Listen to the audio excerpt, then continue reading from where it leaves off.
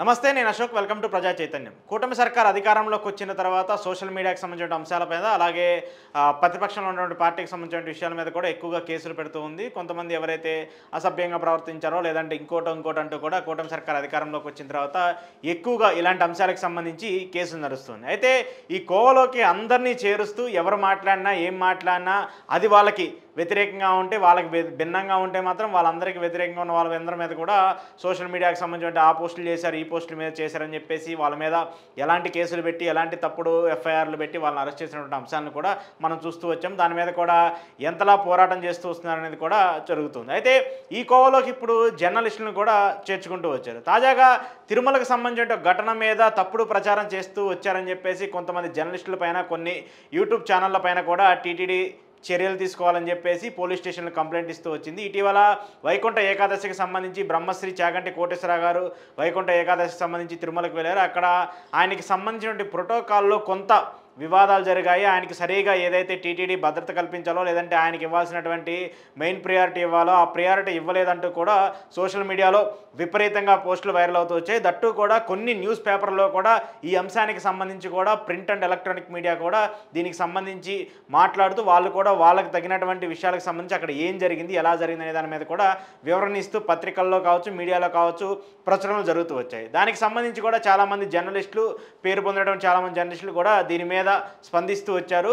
వాస్తవానికి చాగంటి కోటేశ్వరరావు గారు అక్కడ తిరుమల వెళ్ళినప్పుడు ఆయన చేయాల్సినటువంటి కావచ్చు, లేదంటే ప్రస్తుతం ఆయన ప్రభుత్వానికి సంబంధించి ప్రధాన ప్రోటోకాల్కి సంబంధించి సలహాదారుడుగా ఉన్నాడు కాబట్టి ఆయనకి ఇవ్వాల్సినటువంటి మర్యాదలు కూడా ఇవ్వలేదని చెప్పేసి కొంత వైరల్ అయినటువంటి నేపథ్యంలో దాని మీద వివరణ ఇవ్వడానికి, దాని మీద విశ్లేషణ చేయడానికి కొంతమంది జర్నలిస్టులు సాహసం చేస్తూ వచ్చారు. వాళ్ళకి సంబంధించిన యూట్యూబ్ ఛానల్లో కూడా వాళ్ళందరూ మాట్లాడుతూ వచ్చారు. అయితే తెలుగు జర్నలిజానికి సంబంధించి కావచ్చు, తెలుగు మీడియాకి సంబంధించి పేరు పొందినటువంటి వైఎన్ఆర్ కూడా ఈ ఇష్యూకి సంబంధించి ఆయనదైన శైలిలో చాగంటి కోటేశ్వరరావు గారికి సంబంధించి తిరుమలలో ఏం జరిగింది, ఎలా జరిగింది, దానికి సంబంధించినటువంటి వివరణ ఏంటనేటువంటి ఒక ప్రయత్నం కూడా ఆయన చేస్తూ వచ్చారు.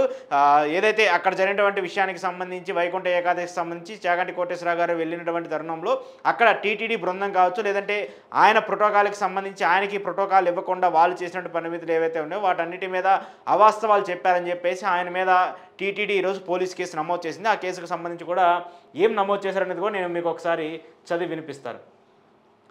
అది ఈరోజు నమోదైంది 29వ తారీఖు. బ్రహ్మశ్రీ చాగంటి కోటేశ్వరరావు వారు అవమానం అంటూ ప్రచారం చేసిన సోషల్ మీడియా ప్రతినిధులపై పోలీస్ స్టేషన్లో ఫిర్యాదు. ప్రముఖ ఆధ్యాత్మిక ప్రవచనకర్త బ్రహ్మశ్రీ చాగంటి కోటేశ్వరరావు గారు తిరుమల యాత్రలో భాగంగా టీటీడీలో అవమానం అంటూ దుష్ప్రచారం చేసిన సోషల్ మీడియా ప్రతినిధులపై తిరుపతి యూనివర్సిటీ పోలీస్ స్టేషన్లో జనవరి 28, 25న టీటీడీ ఫిర్యాదు చేసింది.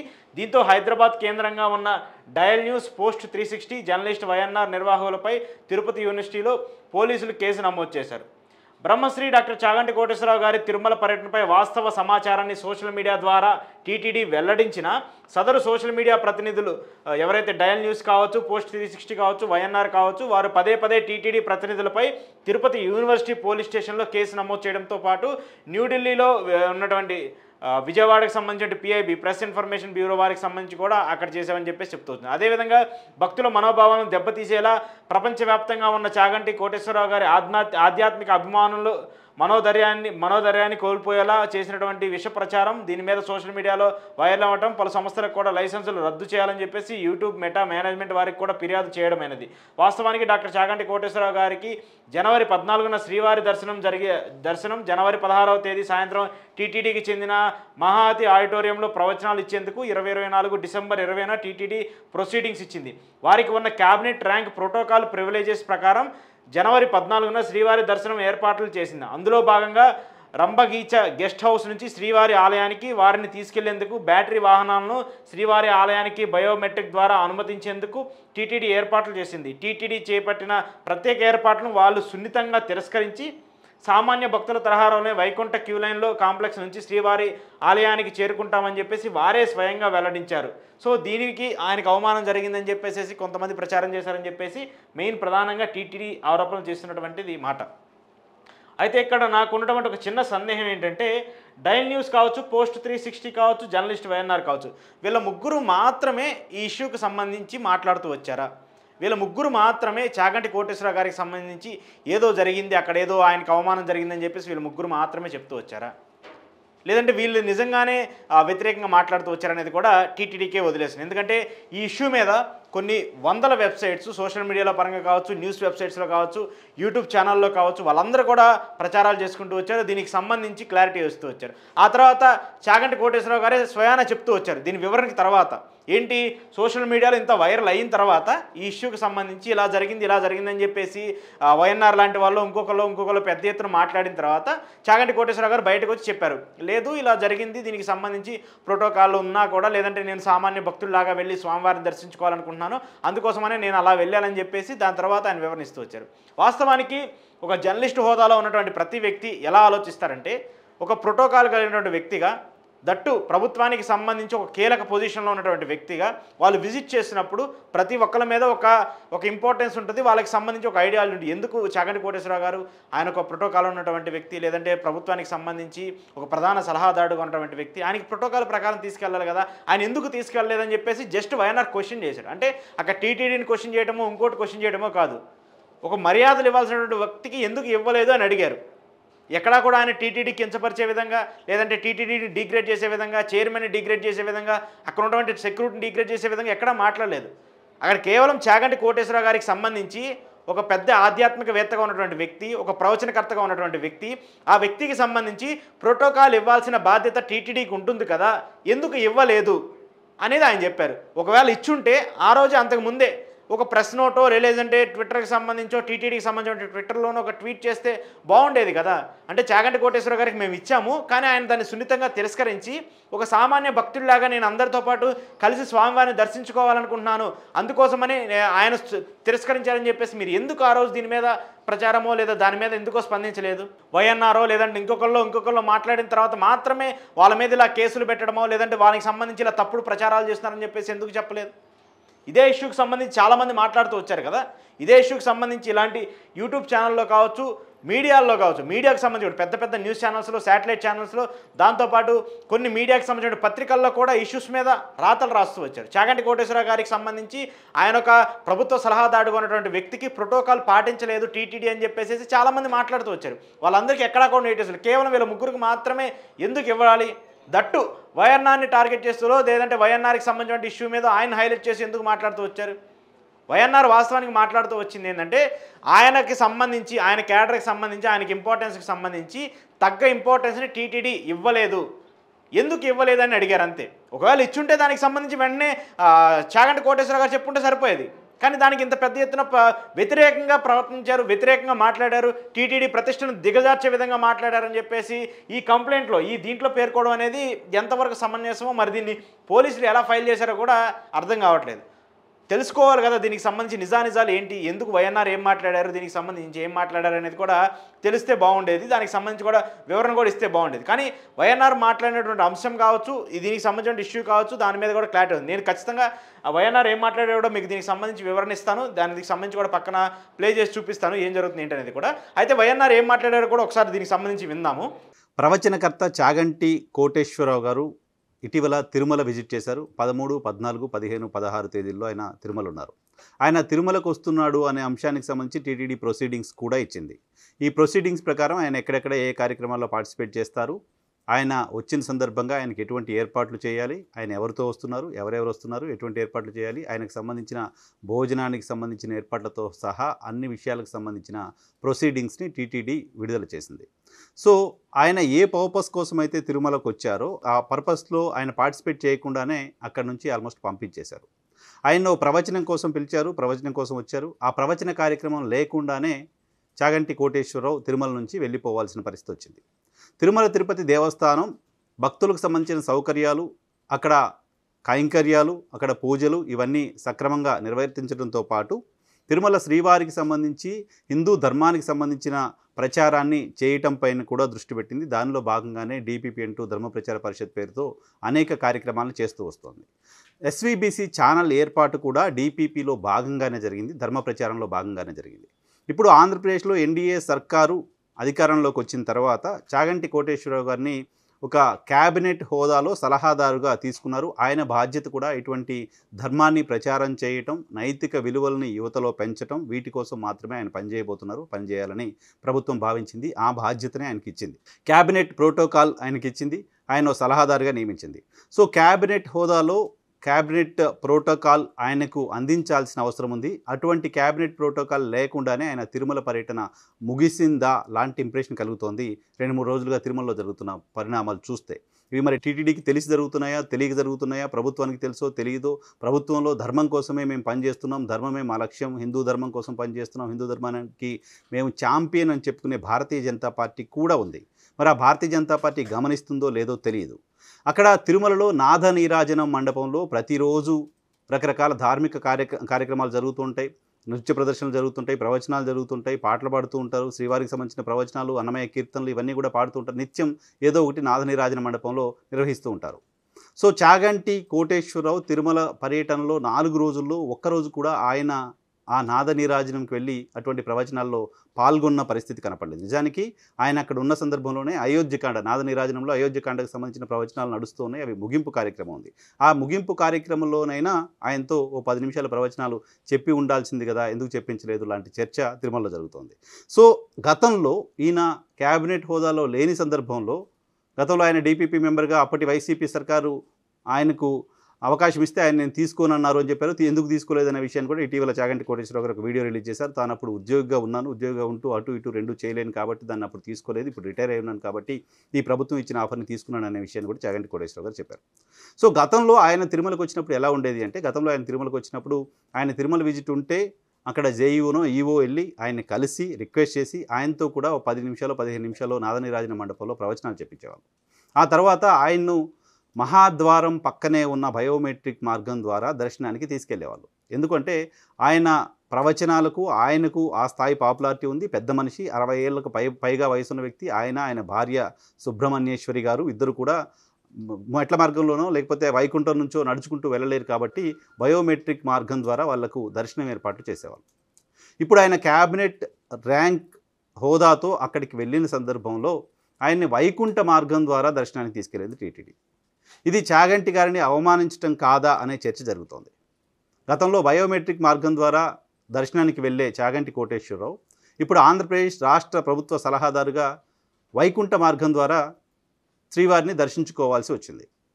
సో ఆయనకు ఉన్న హోదాను పట్టించుకోలేదా, లేకపోతే ఆయన్ని అవమానించదలుచుకున్నారా, లేకపోతే ఆయన పట్ల నిర్లక్ష్యం వహించారో తెలియదు, కానీ ఇది ఖచ్చితంగా ఆయనకు అవమానంగానే చర్చ జరుగుతోంది. ఆయన 65 ఏళ్ల వయసులో తన భార్యతో కలిసి, మీరు ఒకసారి ఆయన తిరుమల విజిట్ చేసిన విజువల్స్ కూడా చూస్తే ఆయన నడవడానికి కాస్త ఇబ్బంది పడుతూ నడుస్తూ ఉంటారు. అటువంటి వ్యక్తిని వైకుంఠం దగ్గర నుంచి క్యూ కాంప్లెక్స్లో నడిపిస్తూ తీసుకొచ్చి దర్శనం చేయించింది టీటీడీ. ఇది గతంలో ఎప్పుడు జరగనిది. గతంలో ఆయనకు ఆ ప్రోటోకాల్ లేనప్పుడు కూడా జరగనిది. ప్రస్తుతం ఆయన క్యాబినెట్ ప్రోటోకాల్లో ఉన్నారు. పెద్ద మనిషి, 65 సంవత్సరాల వయసున్న వ్యక్తి. అటువంటి వ్యక్తికి దర్శనం చేయిస్తున్న సందర్భంగా సరైన ఏర్పాటు టీటీడీ చేసి ఉండాలి కదా, ఎందుకు చేయలేదు అనేది ఒక చర్చ. దాంతోపాటు గోదాదేవి కళ్యాణం అడ్మినిస్ట్రేషన్ బిల్డింగ్ వెనక ప్రతి ఏటా జరుగుతూ ఉంటుంది. ధనుర్మాసంలో గోదాదేవి కళ్యాణం జరుగుతూ ఉంటుంది. ఆ గోదాదేవి కళ్యాణంలో నేను కూడా చూశాను చాలా సందర్భాల్లో. అక్కడ 4-5 వేల మంది ఆ కళ్యాణంలో పార్టిసిపేట్ చేస్తారు. తిరుమలకు సంబంధించిన లోకల్స్ కొంతమంది, టీటీడీ ఉద్యోగులు వాళ్ళ కుటుంబ సభ్యులతో అంతా వచ్చి గోదాదేవి కళ్యాణంలో అక్కడ పార్టిసిపేట్ చేస్తారు. బట్ ఈసారి గోదాదేవి కళ్యాణం ఏమాత్రం జనసందోహం లేకుండా, ఏమాత్రం దానికి ప్రచారం లేకుండా జరిగిపోయింది. ఈవెన్ అక్కడే ఉన్న చాగంటి కోటేశ్వరరావు గారు కూడా దానికి ఇన్విటేషన్ ఇచ్చారో లేదో తెలియదు, ఆయన కూడా దాంట్లో పార్టిసిపేట్ చేయలేదు. ఎస్వీబీసీకి సంబంధించి కూడా కొన్ని విమర్శలు వస్తున్నాయి. ఎస్వీబీసీ గతంలో ఈ పర్టిక్యులర్ ధనుర్మాసంలో మామూలుగా శ్రీవారికి 11 నెలల పాటు సుప్రభాతం శ్లోకాలు జరుగుతుంటాయి. ఈ యొక్క ధనుర్మాసంలో మాత్రం తిరుప్పావై శ్లోకాలతో ఆయనకు సుప్రభాతం నిర్వహిస్తూ ఉంటారు. ఈ ఒక్క నెల రోజుల పాటు మాత్రం దీన్ని మొత్తాన్ని కూడా టీటీడీ గతంలో అయ్యంగార్ మఠం దగ్గర నుంచి వీటిని అక్కడి నుంచి శ్లోకాలు చెప్పిస్తూ దాన్ని లైవ్ టెలికాస్ట్ చేసేది ఎస్వీబీసీ ద్వారా. సో ఆ కార్యక్రమం కూడా ఈసారి చేసినట్లుగా కనపడలేదు. అక్కడ గోపూజ జరిగింది. ఆ కార్యక్రమంలో కూడా చాగంటి కోటేశ్వరరావు గారిని పార్టిసిపేట్ చేసినట్టు కనపడలేదు. వీటన్నిటితో పాటు టీటీడీయే అఫీషియల్గా ఒక ఇన్విటేషన్ వేసింది. ఇన్విటేషన్ ఏంటి అంటే, మహతి ఆడిటోరియంలో చాగంటి కోటేశ్వరరావు గారు ప్రవచనాలు చెప్తారు అంటూ ఆ ఇన్విటేషన్ని టీటీడీ అఫీషియల్గా ముద్రించింది. ఆ ఇన్విటేషన్లో ఉన్న దాని ప్రకారం చాగంటి కోటేశ్వరరావు గారు అక్కడ దేని గురించి ప్రవచనాలు చెప్పవలసి ఉంది అంటే, నేను ఒకసారి ఆ ఇన్విటేషన్ కూడా మీకు షో చేస్తున్నాను పక్కన.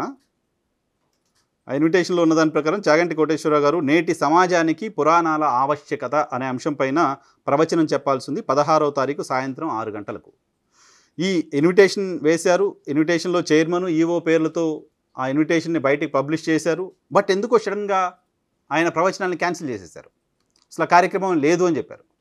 దీనికి రీజన్ ఏంటి అనేది టీటీడీ కూడా చెప్పలేకపోతుంది.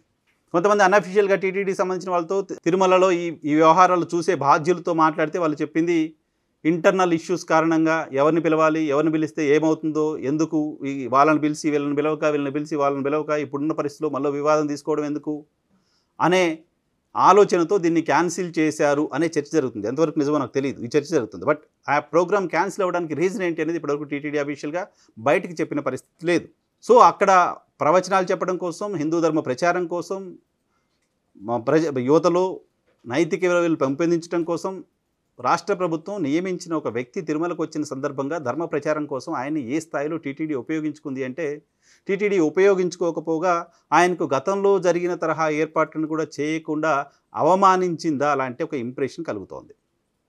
టీటీడీలో ఇటీవల కాలంలో అనేక అపచారాలు జరుగుతున్నాయి.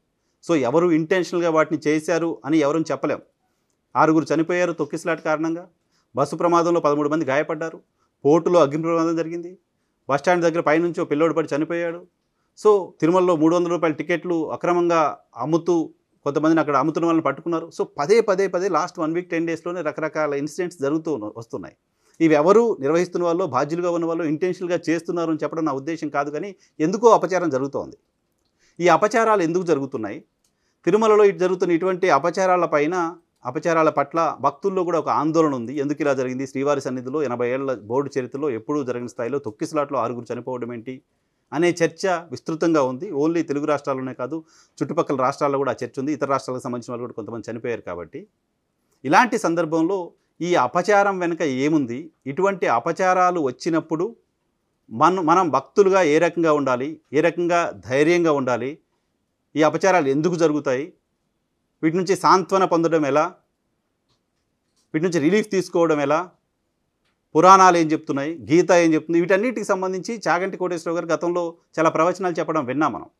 బహుశా ఈ అపచారాలన్నింటికీ చాగంటి కోటేశ్వరరావు గారు చెప్పే ఒక ప్రవచనం సాంత్వననిచ్చేదేమో కదా, శ్రీవారి భక్తులకు ఒక రిలీఫ్నిచ్చేదేమో కదా, శ్రీవారి భక్తులకు ఇక్కడ ఉన్న అపచారాలు వీటన్నిటి పట్ల ఉన్న ఆందోళనని కాస్త తగ్గించేదేమో కదా. అలాంటి సందర్భంలో ఆయన ప్రవచనాలని క్యాన్సిల్ చేయడం వెనుక ఉద్దేశం ఏంటో టీటీడీ చెప్పాల్సిన అవసరం ఉంది. ఒకటి, ఆయనకు దర్శనం ఏర్పాట్లు సరిగా చేయలేదు. ఇంకా చాలా నేను తెలుసుకున్నాను, అవన్నీ కూడా బయట పెట్టడం సరైంది కాదు అని ఇప్పుడు ఈ వీడియో ద్వారా మీ దృష్టికి తీసుకురావట్లేదు. ఎందుకంటే ఆయనగా బాధపడి ఉంటారేమో, దాన్ని మనం బయటపెట్టి ఆయన ఇంకేదో టీటీడీ తక్కువ చేసింది అని చెప్పడం నా ఉద్దేశం కాదు. కుటుంబ సభ్యులకు అందరికీ ఏర్పాట్లు చేయాలని చెప్పారు. అందరికీ చేశారా లేదా, ఏ స్థాయిలో చేశారు, వాళ్ళని ఏమేమి అడిగారు, వాళ్ళని ఎటువంటి ఎంక్వైరీ చేశారు, ఇవన్నీ కూడా రకరకాలుగా వస్తున్నాయి. అవన్నిటికీ టీటీడీ బయటకు సమాధానం చెప్పలేకపోయినా కనీసం చాగంటి కోటేశ్వరరావు గారితోటైనా మాట్లాడి ఆయనకు ఏ రకమైన ఏర్పాట్లు చేశారు, ఏ రకంగా ఇబ్బంది పెట్టారు, ఏ రకంగా ఇబ్బంది జరిగిందా లేదని తెలుసుకుంటే బాగుంటుంది అని చెప్పడం నా ఉద్దేశం. కాబట్టి ఈ అవకాశాన్ని, ఒక అద్భుతమైన అవకాశాన్ని, ఆయన అక్కడ విజిట్ చేసిన అవకాశాన్ని టీటీడీ ప్రాపర్గా యూటిలైజ్ చేసుకోలేకపోయింది. సేమ్ అక్కడ కార్యక్రమాల నిర్వహణకు సంబంధించి కూడా ధర్మ ప్రచారంలో భాగంగా మనం నిర్వహించే చాలా దశాబ్దాలుగా నిర్వహిస్తున్న కార్యక్రమాలలో భాగంగా ఉన్న గోదాదేవి కళ్యాణం ప్రచారం కావచ్చు, తిరుప్పావై శ్లోకాలకు సంబంధించిన లైవ్ టెలికాస్ట్ కావచ్చు, గోసేవలో చాగంటి కోటేశ్వరరావు గారిని పార్టిసిపేట్ చేయించే అంశానికి సంబంధించి కావచ్చు, నాద నీరాజనంలో ఆయన ప్రవచనాలు చెప్పించే అంశానికి సంబంధించి కావచ్చు, మహతిలో ఆయన ప్రోగ్రాం నిర్వహించడానికి సంబంధించి ఇబ్బందులు ఇవన్నీ కావచ్చు, వీటన్నింటినీ కూడా టీటీడీ కొత్త చైర్మన్ లేకపోతే కొత్త బోర్డు వచ్చిన తర్వాత చెప్పిన మాట, మేము ప్రక్షాళన చేయబోతున్నాం అంటున్నారు. ఇది ప్రక్షాళన కాదు కదా. గతంలో ఉన్న కార్యక్రమాలన్నీ ఆపేయడం ప్రక్షాళన కాదు కదా. డెఫినెట్గా ఈ ప్రభుత్వమే నియమించిన ఒక పెద్ద మనిషి అక్కడికి వచ్చిన సందర్భంగా ఆయనతో 4 మంచి మాటలు చెప్పి వాటికి ఎక్కువ ప్రచారం ఇచ్చి అది 10 మందికి రీచ్ అయ్యేలా చేయటం కదా ప్రక్షాళన అవుతుంది మీరు అనుకున్న దృష్టిలో. లేకపోతే ప్రచారం అవుతుంది, నలుగురికి 4 మంచి మాటలు చెప్పడం అవుతుంది. ఇవి కాకుండా ఎవరి పనిలో వాళ్ళు ఉన్నారా, ఎవరు పట్టించుకునే తీరిక లేకుండా ఉన్నారా అని అనుకోవడానికి కూడా లేదు. ఎందుకంటే టీటీడీ అఫీషియల్గా ప్రొసీడింగ్స్ ఇచ్చింది, ఆయన వస్తున్నారు, ఏమేమి ఏర్పాట్లు చేయాలి, ఎక్కడికి వెళ్తారు ఏంటి అని. మీరే ఒక ఇన్విటేషన్ ముద్రించారు. సో దాన్ని కూడా ఎందుకు ఫాలో అవ్వలేకపోయారు?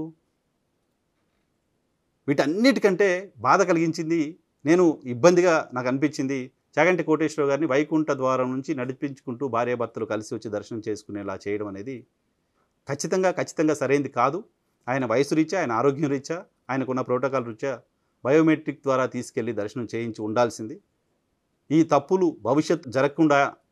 భవిష్యత్తులోనైనా జరగకుండా టీటీడీ జాగ్రత్త పడాలని కోరుకుందాం. అయితే ఈ ఇష్యూ అంతా కూడా కావాలని చెప్పేసి కొంత టార్గెటింగ్గా కొంత ఇబ్బంది పెట్టే విధంగా న్యూట్రల్ జర్నలిస్టులను, లేదంటే ఏదో ఒక తప్పు జరుగుతుంది టీటీడీలో ఏదో ఉందని చెప్పేసి ప్రశ్నించిన వాళ్ళ మీద ఇలా కేసులు పెట్టి ఇలా భయపెట్టాలనుకుంటే మాత్రము మీడియాలో ఇలాంటి చాలా ఫేస్ చేస్తూ వచ్చిన వాళ్ళు, ఇంతవరకు ఉన్న వాళ్ళు, ఇంత పెద్ద ఎత్తున ఉన్నా కూడా 20 ఏళ్ళు 25 సంవత్సరాలు మీడియా ఫీల్డ్లో ఉన్నటువంటి వ్యక్తులు కూడా ఇలాంటి ఎన్నో ఫేస్ చేస్తూ వస్తూ ఉంటారు. ఇలాంటి ఎన్నో ఇబ్బందులు పెట్టిన వాళ్ళే ఉంటారు. కానీ కక్షపూరితంగా కావాలని చెప్పేసి ఒక వ్యక్తి మీద ఇలా దుష్ప్రచారాలు చేస్తున్నారు, ఇలా మాట్లాడారని చెప్పేసి ఎవరు కదా. ఆయన కూడా ఒక ఆధ్యాత్మిక వ్యక్తి, ఆయన కూడా అలాంటి సమయంలో ఆయన కూడా అక్కడ ఉన్నారని చెప్పేసి ఆయనే చెప్తూ వచ్చారు. ఆ వీడియోకి సంబంధించి నేను కూడా ఇందాక ఆ వీడియో విన్నాను. ఆ వీడియోలో ఆయన మాట్లాడుతూ వచ్చారు. నేను కూడా తిరుమల వెళ్ళాను, చాగంటి గారికి సంబంధించి ఆయన ఎలా మాట్లాడతారో చూడాలని చెప్పేసి వెళ్ళాను. నేను కూడా వైకుంఠ ఏకాదశి రోజు స్వామివారిని దర్శించుకున్నాను, అక్కడ పరిస్థితులన్నీ కూడా చూశానని చెప్పేసి ఆయనే డైరెక్ట్గా చెప్తూ ఉన్నారు. సో అక్కడ డైరెక్ట్గా చూసినటువంటి వ్యక్తి అక్కడ ఉన్నటువంటి ఆయనకి సంబంధించినటువంటి ఏవైతే ఉన్నాయో వాటిని ఎక్స్పోజ్ చేసుకుంటూ ఉన్నారు. ఇక్కడ ప్రతి ఒక్కరికి మాట్లాడే స్వేచ్ఛ అనేది ఒకటి ఉంది కదా, దానికి సంబంధించి ఒక సెక్షన్స్ ఉన్నాయి కదా. దానికి ఆయనకు సంబంధించి నేను తప్పుడు ప్రచారాలు చేయడం ఇంకోటి చేయలేదు. అక్కడ జరిగింది ఇలా ఉంది పరిస్థితి, దీనికి సంబంధించి టీటీడీ ఎలా రియాక్ట్ అవుతుంది, ఒకవేళ నిజంగా చాగంటి కోటేశ్వరరావు గారికి సంబంధించి ప్రోటోకాల్ పాటించలేకపోతే టీటీడీ దాని మీద చర్యలు తీసుకోవాలి. ఒకవేళ పాటించుంటే దీనికి సంబంధించి క్లారిటీ ఇవ్వాలని మాత్రమే కోరారు. ఆ వీడియోకి సంబంధించి నాకు విన్న దాంట్లో అర్థమైంది, ఆ వీడియోకి సంబంధించిన వ్యూవర్షిప్ కావచ్చు, లేదంటే వాళ్ళు చూసిన వాళ్ళకి అర్థమైంది అది. మెయిన్ థియరీ ఏంటంటే చాగంటి కోటేశ్వరరావు గారికి సంబంధించి ఇలా ఒక వార్త వైరల్ అవుతుంది, దానికి సంబంధించి ఒకవేళ నిజం జరిగితే టీటీడీ ఫెయిల్ అయింది, ఒకవేళ జరగకపోతే దీనికి సంబంధించి ఒక క్లారిటీ ఇవ్వండి అని మాత్రమే కోరుతూ వచ్చారు. కానీ అలా కాకుండా అలా మాట్లాడారు, టీటీడీ ప్రతిష్టను దెబ్బతీశారు, టీటీడీ ప్రతిష్టను దిగజార్చారని చెప్పేసి వీళ్ళు ఏదైతే టీటీడీకి ఇప్పుడు కంప్లైంట్ ఫైల్ చేసినట్టు వాళ్ళు ఎవరున్నారో వాళ్ళ మనోభావాల్లో లేదంటే వాళ్ళ సమయానికి వదిలేస్తున్నారు. కానీ ఇది మాత్రం ఖచ్చితంగా ఒక తప్పుగానే భావించాలి. ఎందుకంటే జర్నలిజానికి సంబంధించే వాళ్ళు, జర్నలిజం విలువలు పాటించే వాళ్ళు ఇంకా చాలామంది ఉన్నారు. ఏదో న్యూట్రల్ మీడియా కొంతమంది మీద ఇంకో కేసులు పెడుతున్నారని చెప్పేసి అనుకోవచ్చు. కానీ ఇలా ఒక ప్రశ్నించడమో లేదంటే దీనికి సంబంధించి విచారణ తీసుకోవడమో, దీనికి సంబంధించి ఏంటో క్లారిటీ తీసుకోవడం వల్ల ఇలా కేసులు పెడతాము అది ఇదే చూస్తుంటే మాత్రం ఖచ్చితంగా జర్నలిజం కావచ్చు మాలాంటి వాళ్ళందరూ కూడా సపోర్ట్గా ఖచ్చితంగా ఉంటారు. దాంతోపాటు ఈ ఇష్యూకి సంబంధించి ఎవరైతే ఇప్పుడు ప్రెస్ ఇన్ఫర్మేషన్ కంప్లైంట్ ఇస్తామని చెప్పేసి ఏదైతే టీటీడీ చెప్తుందో దానికి సంబంధించి కూడా ఆధారాలు పక్కాగా ఉన్నాయనేది కూడా లేదో తెలుసుకోవాలి. ఎందుకంటే వాస్తవానికి అక్కడ జరిగింది, అక్కడ మాట్లాడింది వేరు కాబట్టి, దానికి సంబంధించి టీటీడీ ఇస్తున్నటువంటి కంప్లైంట్ వేరు కాబట్టి దీనికి సంబంధించి తదుపరి చర్యలు ఎలా ఉంటాయో చూడాల్సింది. కానీ ఏది ఏమైనప్పటికీ ఈ ఇష్యూకి సంబంధించి ఈ కేసులు మాత్రం ఖచ్చితంగా కక్షపూరితంగా కొంత చూడాల్సిన బాధ్యత అయితే ఉంటుంది. దీనికి సంబంధించి తదుపరి విచారణలు కావచ్చు, లేదంటే దానికి సంబంధించి వివరణలు ఎలా ఉంటాయి అనేది కూడా చూడాల్సి ఉంది. ఏది ఏమైనప్పటికీ జర్నలిజానికి సంబంధించి వేస్తున్నటువంటి అడుగులు కావచ్చు, జర్నలిజం మీద ఉక్కుపాదం మోపాలని చూస్తున్నటువంటి చర్యలు కావచ్చు, ఇవన్నీ కూడా ఖచ్చితంగా రాబోయే రోజుల్లో ఎదుర్కోవడానికి అందరు జర్నలిస్టులు సిద్ధంగా ఉంటారు. దాంతోపాటు ఎవరు ఏ జర్నలిస్ట్ అయినా కానీ ఏ ఛానల్ సంబంధించిన వాళ్ళు కానీ వాళ్ళు ఎలాంటి ఇబ్బందుల్లో కూడా ప్రతి ఒక్కరు కూడా వాళ్ళకి మద్దతుగా ఉంటామని చెప్పేసి తెలియజేస్తున్నాం.